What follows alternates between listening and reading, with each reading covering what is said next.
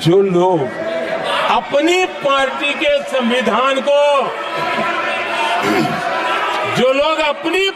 के संविधान को नहीं मानते, वो कैसे देश के संविधान को स्वीकार कर सकते हैं।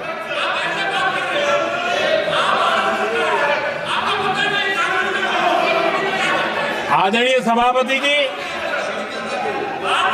जो लोग संविधान में लोगों के नाम ढूंढते रहते हैं, मैं जरा बताना चाहता हूं, कांग्रेस पार्टी के एक अध्यक्ष हुआ करते थे और वो अति पिछड़े समाज से आते थे। अति पिछड़े भी नहीं, अति पिछड़े समाज से आते हुए उनके अध्यक्ष श्रीमान सीताराम केसरी जी, कैसा अपमान किया गया। कहते हैं बाथरूम में बंद कर दिया गया, उठा करके फुटपाथ पर फेंक दिया गया। अपनी पार्टी के संविधान में ऐसा कभी नहीं लिखा गया, लेकिन अपनी पार्टी के संविधान को न मानना, लोकतंत्र की प्रक्रिया को न मानना और पूरी कांग्रेस पार्टी पर एक परिवार ने कब्जा कर लिया, लोकतंत्र को नकार दिया। आदरणीय सभापति जी,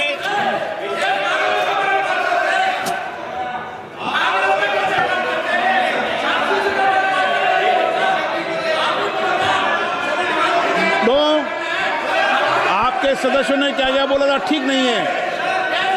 आप जब सदन के नेता बोल रहे हैं तो सदन की मर्यादा को रखो, आदरणीय सभापति जी, को बनाओ। संविधान के साथ खिलवाड़ करना, संविधान के स्पिरिट को तहस नहस करना, ये कांग्रेस की रगों में रहा है। हमारे लिए संविधान, उसकी पवित्रता, उसकी शुचिता हमारे लिए सर्वोपरि है। और ये शब्दों में नहीं है, जब हमें कसौटी पर कसा गया है, हम तप करके निकले हुए लोग हैं। मैं उदाहरण देना चाहता हूं, 1996 में सबसे बड़े दल के रूप में भारतीय जनता पार्टी जीत करके आई, सबसे बड़ा दल था। और राष्ट्रपति जी ने संविधान की भावना तहत सबसे बड़े दल को प्रधानमंत्री के शपथ के लिए बुलाया और 13 दिन सरकार चली। अगर हमें संविधान के स्पिरिट के प्रति हमारा भावना न होती तो हम भी ये बांटो, वो बांटो, ये दे दो, वो दे दो, इसको डिप्टी पीएम बना दो, इसको ढिकना बना दो, हम भी सत्ता सुख भोग सकते थे। लेकिन अटल जी ने सौदेबाजी का रास्ता नहीं चुना, संविधान के सम्मान का रास्ता चुना और 13 दिन के बाद इस्तीफा देना स्वीकार कर दिया। ये ऊंचाई है हमारी लोकतंत्र की। इतना ही नहीं, 1998 में एनडीए की सरकार थी, सरकार चल रही थी, लेकिन कुछ लोगों को हम नहीं तो कोई नहीं, ये जो एक परिवार का खेल चला है, अटल जी की सरकार को अस्थिर करने के लिए खेल चले गए। वोट हुआ, खरीद फरोख्त तब भी हो सकती थी, बाजार में माल तब भी बिकता था, लेकिन संविधान की भावना के प्रति समर्पित अटल बिहारी वाजपेयी जी की सरकार ने एक वोट से हारना पसंद किया, इस्तीफा दिया, लेकिन असंवैधानिक कोई कृत्य नहीं किया। ये हमारा इतिहास है, ये हमारे संस्कार है, ये हमारी परंपरा है। और दूसरी तरफ अदालत ने भी जिस पर थप्पा मार दिया, कैश फॉर वोट का कांड, एक लघुमती सरकार को बचाने के लिए संसद में नोटों के ढेर साक्ष्य के रूप में रखे गए, असंवैधानिक तरीका। सरकार बचाने के लिए भारत के लोकतंत्र की भावना को बाजार बना दिया गया, वोट खरीदे गए। आदरणीय सभापति जी, 90 के दशक में कई सांसदों को रिश्वत देने का पाप, यह संविधान की भावना थी। क्या 140 करोड़ वासियों के मन में जो लोकतंत्र पनपा है, उस लोकतंत्र के साथ यह खिलवाड़? कांग्रेस के लिए सत्ता सुख, सत्ता की भूख, यही एकमात्र कांग्रेस का इतिहास है, कांग्रेस का वर्तमान है। आदरणीय सभापति जी, 2014 के बाद एनडीए को सेवा का मौका मिला, संविधान और लोकतंत्र को मजबूती मिली। ये पुरानी जो बीमारियों थी, उस बीमारी से मुक्ति का हमने एक अभियान चलाया।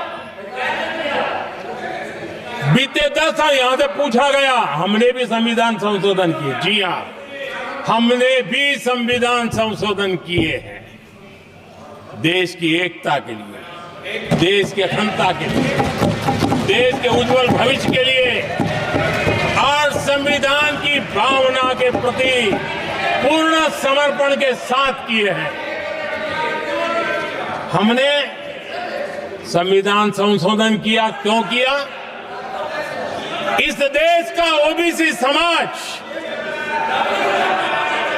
तीन दशक से ओबीसी कमीशन को संवैधानिक दर्जा देने के लिए मांग कर रहा है। ओबीसी के सम्मान के लिए, उसको संवैधानिक दर्जा देने के लिए हमने संविधान संशोधन किया है। हमें गर्व है ये करने का। समाज के दबे कुचले लोगों को उनके साथ खड़े होना, ये हम अपना कर्तव्य मानते हैं, इसलिए संविधान संशोधन किया। आदरणीय सभापति जी, इस देश में एक बहुत बड़ा वर्ग था, वो किसी भी जाति में क्यों न जन्मा हो, लेकिन गरीबी के कारण अवसरों को वो पा नहीं सकता था, आगे बढ़ नहीं सकता था, और इसलिए उसने असंतोष की ज्वाला भड़क रही थी और सबकी मांग रहती थी, कोई निर्णय नहीं करता था। हमने संविधान संशोधन किया, सामान्य जन के गरीब परिवार के 10% आरक्षण का किया, और ये पहला आरक्षण का संशोधन था। देश में कोई विरोध का स्वर नहीं उठा, हर किसी ने प्यार से उसको स्वीकार किया। संसद ने भी सहमति के साथ पारित किया, क्योंकि समाज की एकता की उसमें ताकत पड़ी थी, संविधान की भावनाओं का भाव पड़ा था, सबने सहयोग किया था, तब जाकर के हुआ था। आदरणीय सभापति जी, जी हां, हमने भी संविधान में संशोधन किए हैं, लेकिन हमने संविधान में संशोधन किया महिलाओं को शक्ति देने के लिए। संसद और विधानसभा में, और संसद का पुराना भवन गवाह है, जब देश महिलाओं को आरक्षण देने के लिए आगे बढ़ रहा था, और कानून यानी बिल पेश हो रहा था, तब उन्हीं का एक साथी दल वेल में आता है, कागज छीन लेता है, फाड़ देता है और सदन स्थगित हो जाता है और 40 साल तक विषय लटका रहता है।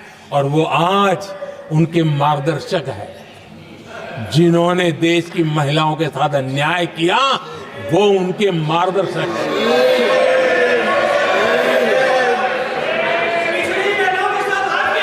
आदरणीय सभापति जी, हमने संविधान संशोधन किया, हमने देश की एकता के लिए किया। बाबा साहब आंबेडकर का संविधान 370 की दीवार के कारण जम्मू कश्मीर की तरफ देख भी नहीं सकता था। हम चाहते थे बाबा साहब आंबेडकर का संविधान हिंदुस्तान के हर हिस्से में लगना चाहिए, और इसलिए बाबा साहब को श्रद्धांजलि भी देनी थी, देश की एकता को मजबूत करना था। हमने संविधान संशोधन किया, डंके की चोट पर किया और 370 को हटाया।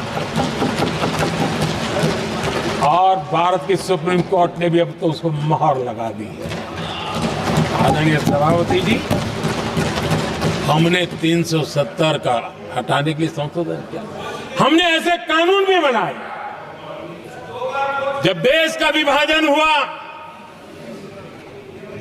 महात्मा गांधी समेत देश के वरिष्ठ नेताओं ने सार्वजनिक रूप से कहा था कि पड़ोस के जो हमारे देश हैं, जहां जो माइनॉरिटीज है, वो जब भी संकट में आएगी तो उनकी चिंता ये देश करेगा। गांधी जी ने का वचन था, जो उनके नाम पर सत्ता पर चढ़ जाते थे उन्होंने तो पूरा नहीं किया। हमने सीएए ला करके उसको पूरा किया। वो कानून हमने लाया, हमने किया है, और गर्व के साथ आज भी हम उसको ओन कर रहे हैं, मुंह नहीं छुपाते हैं, क्योंकि देश के संविधान की भावना के साथ मजबूती के साथ खड़े रहने का हमने काम किया। आदरणीय सभापति जी, हमने जो संविधान संशोधन किए हैं वो पुरानी गलतियों को ठीक करने के लिए किए, और हमने एक उज्जवल भविष्य का रास्ता मजबूत करने के लिए किए हैं। और समय बताएगा, समय की कसौटी पर हम खरे उतरेंगे, क्योंकि वो सत्ता स्वार्थ के लिए किया गया पाप नहीं है, हमने देश हित में किया हुआ पुण्य है। और इसलिए हमें जो सवाल पूछते हैं आदरणीय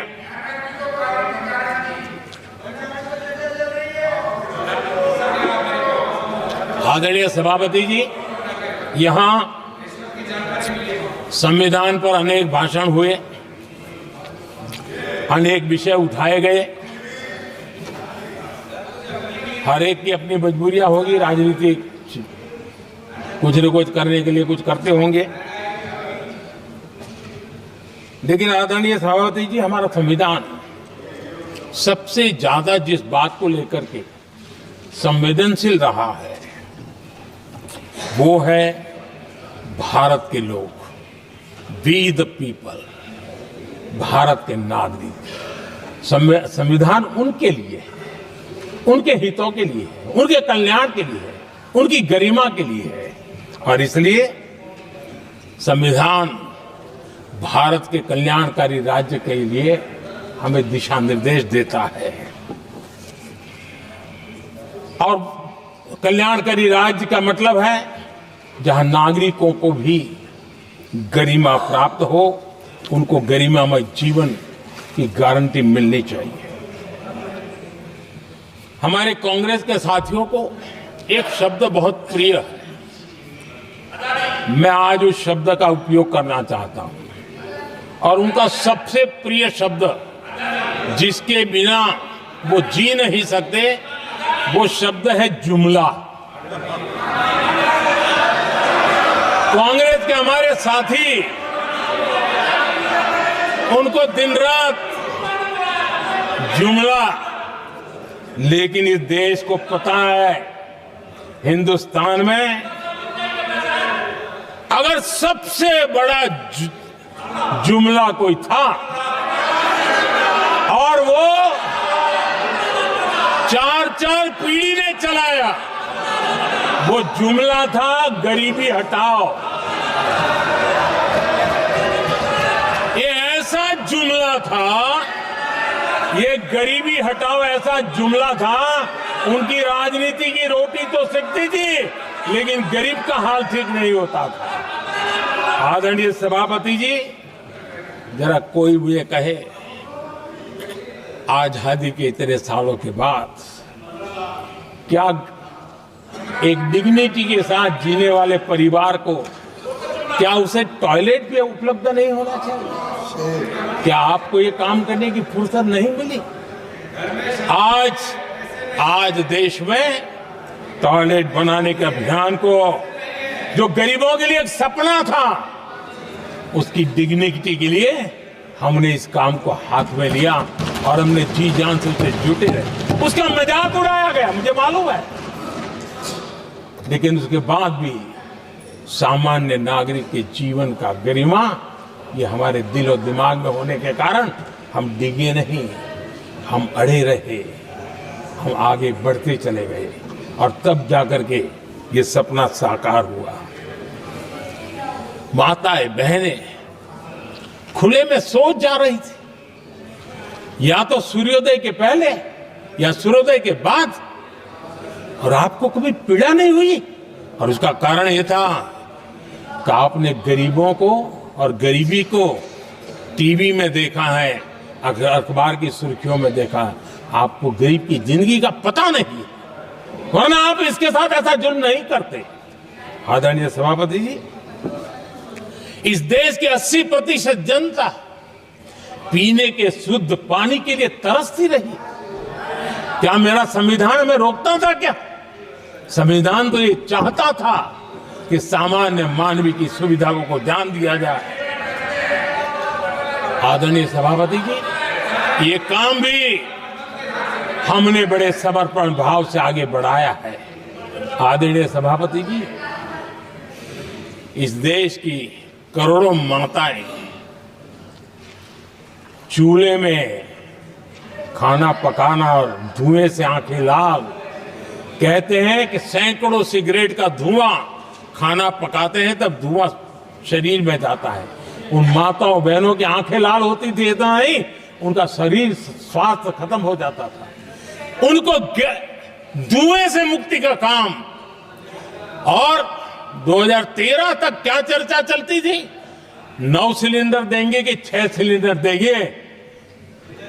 इस देश ने देखते ही देखते हर घर तक गैस का सिलेंडर पहुंचा दिया, क्योंकि हमारे लिए हर नागरिक 70 साल के बाद जो बेसिक सुविधाएं हैं उसकी तरफ। आदरणीय सभापति जी, अगर हमारा गरीब परिवार दिन रात मेहनत करके गरीबी से बाहर निकलने के लिए कोशिश करता है, बच्चों को पढ़ाना चाहता है, लेकिन घर में एक बीमारी आ जाए तो उसका सारा प्लान बेकार हो जाता है, पूरा परिवार की सारी मेहनत पानी में चली जाती है। क्या इन गरीब परिवारों के इलाज के लिए कुछ आप सोच नहीं सकते थे?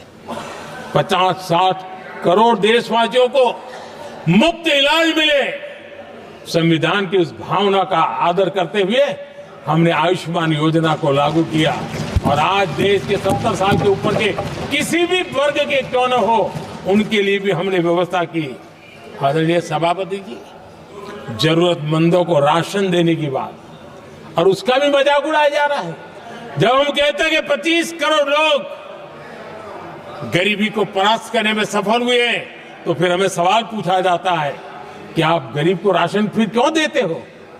आदरणीय सभापति जी, जो गरीबी से निकल के आया है, उसे पता होता है कि अस्पताल में भी एक पेशेंट स्वस्थ होने के बाद जब छुट्टी देते हैं ना, तो डॉक्टर भी कहता है कि आप घर जाइए, तबीयत ठीक है, ऑपरेशन अच्छा हुआ है, लेकिन महीने पर ये जरा संभालना, ये मत करना, क्योंकि पेशेंट दोबारा तकलीफ में ना आए, गरीब दोबारा गरीब न बने, इसलिए उसका हैंड होल्डिंग जरूरी है और इसलिए हम मुफ्त राशन दे रहे हैं। उसकी मजाक मत उड़ाओ, क्योंकि हमें गरीबी से जो बाहर निकला है उसको दोबारा गरीबी में जाने नहीं देना है, और जो अभी भी गरीबी में है उसे हमें गरीबी से बाहर लाना है। आदरणीय सभापति जी, हमारे देश में गरीबों का नाम पर जो जुमले चले, उसी गरीबों के नाम पर बैंकों का राष्ट्रीयकरण किया गया गरीबों के नाम पर। लेकिन 2014 तक इस देश के 50 करोड़ नागरिक ऐसे थे जिन्होंने बैंक का दरवाजा तक नहीं देखा था। आदरणीय सभापति जी,